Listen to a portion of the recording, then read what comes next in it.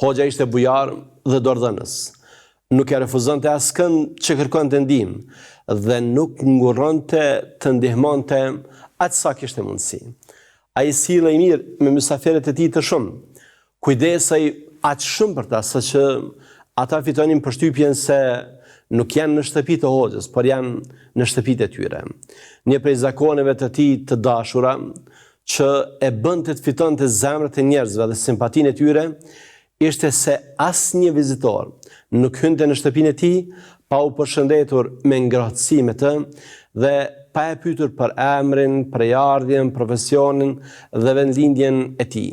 Edhe pse kjo ishte paksa e lodhshme për të. Pra ishte e lodhshme për një dietar I cili I afrohej të 80-tave. Ai e bënte këtë me qëllimin për t'u afruar më shumë tek Zoti, duke futur gëzim në zemrat e njerëzve. Hoxha nuk I harronte mësuesit.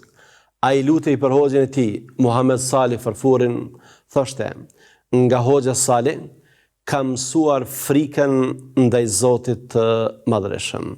Në shenjë respekti ndaj tij dhe ndaj institutit fetar që Hoxha Salihu kishte themeluar, pra Instituti El Feth El Islami, pak para vdekjes, Hoxha ynë Abdul Kadri dhuroi një pjesë të bibliotekës së tij të pasur për bibliotekën e institutit, që të shërbej si vakëf për studentët e dijes fetare.